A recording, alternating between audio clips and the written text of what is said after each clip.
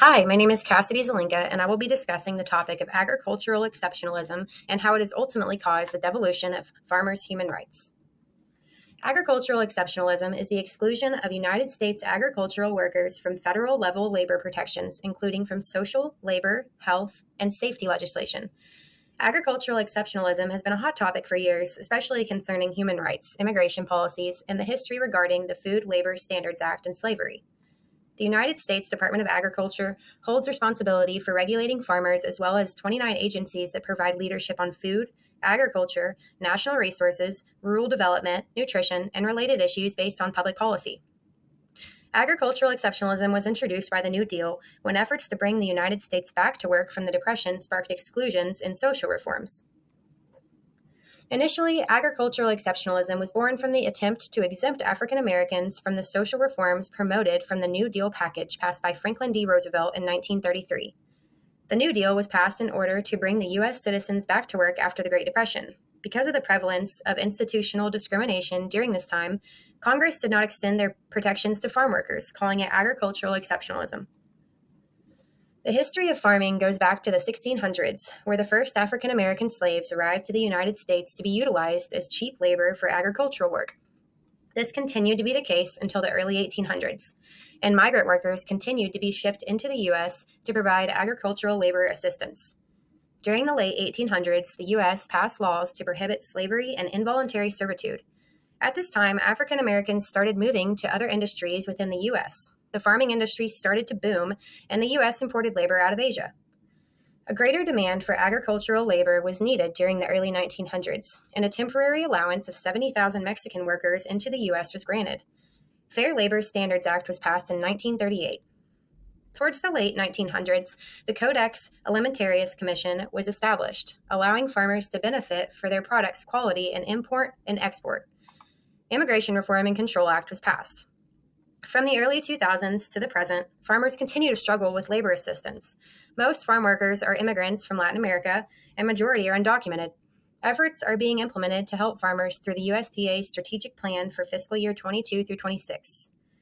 But as you can tell from this timeline, the United States has been reaching out to other countries for labor assistance, specifically in agricultural work, since the 1600s. In 2011, Alabama passed an anti-immigration law, forcing all undocumented workers in the state to evacuate. This law required farmers to look to unemployed Americans for agricultural labor. Here is a clip from a United States farmer justifying the need for immigrant workers versus American. Of the need for agricultural workers, Jerry Spencer turned to unemployed Americans, but says after 2 weeks, most couldn't cope. The farmer says, start over here and end over here. And that was the extent of their instructions. Some of the laws that have negatively affected agricultural workers over time are the National Labor Relations Act of 1935, which granted employees the right to join unions, but did not cover several employees, including agricultural laborers. The Fair Labor Standards Act of 1938 established a minimum wage to create new standards of living for the United States workers and set in place overtime standards. This act excluded farm workers from minimum wage and overtime protection, stating that farm workers have no right to overtime pay under the federal law. The Immigration Reform and Control Act of 1986 introduced penalties to employers who knowingly hired undocumented immigrants or individuals unauthorized to work in the U.S. However, this act offered exemptions to immigrants who had entered the U.S. before 1982. Farmers have had some acts passed that they can benefit from, such as the Migrant and Seasonal Agricultural Worker Protection Act of 1983, which has been revised over time to protect migrant and seasonal agricultural workers by establishing employment standards relating to wage, housing, transportation, disclosures, and record keeping. The Codex Alimentarius Commission collects food code internationally in order to create standards to provide safe imported foods. U.S. farmers benefit from this program because they can assure their products' quality for import and export. A bill that was passed to provide a path to immigration status for agricultural workers is the Farm Workforce Modernization Act. This act revised the H-2A program for undocumented farm workers to have year-round work-based residency with an eventual pathway to citizenship. A downside to this bill is the possible exploitation and unlawful tracking that could take place.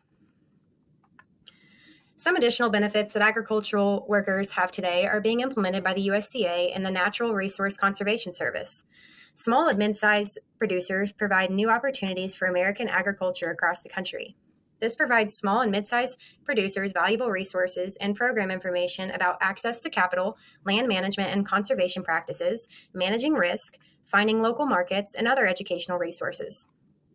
The USDA also launched a micro land program to allow beginning small and mid-sized farmers to access up to $50,000 in loans under the Farm Storage Facility Loan Program to help fruit and vegetable producers purchase equipment.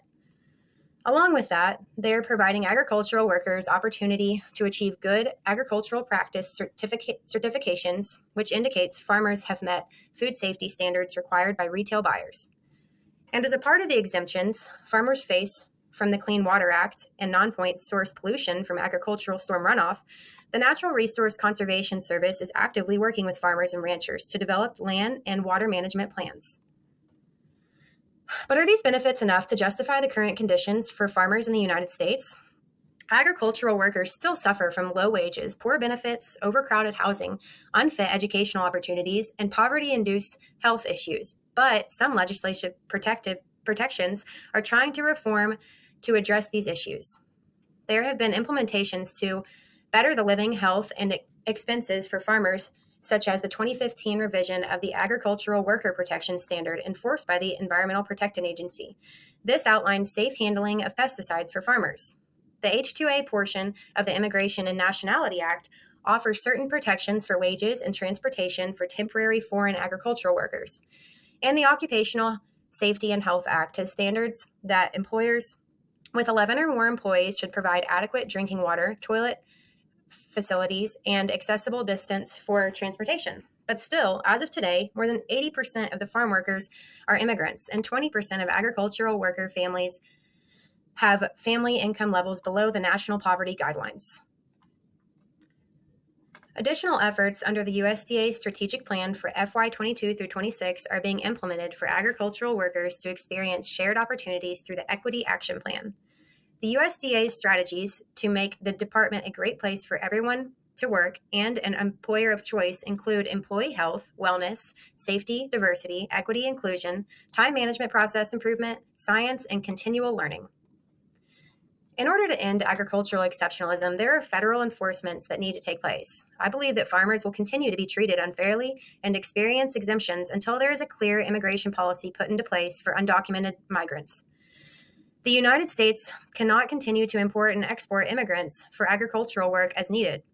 I believe that efforts from the Farm Workforce Modernization Act are the steps in the right direction. Progress to promote better living conditions for agricultural workers also need to be put into place. The income for farm workers is not enough to raise them above the current poverty lines. The conditions that farmers experience need to be addressed.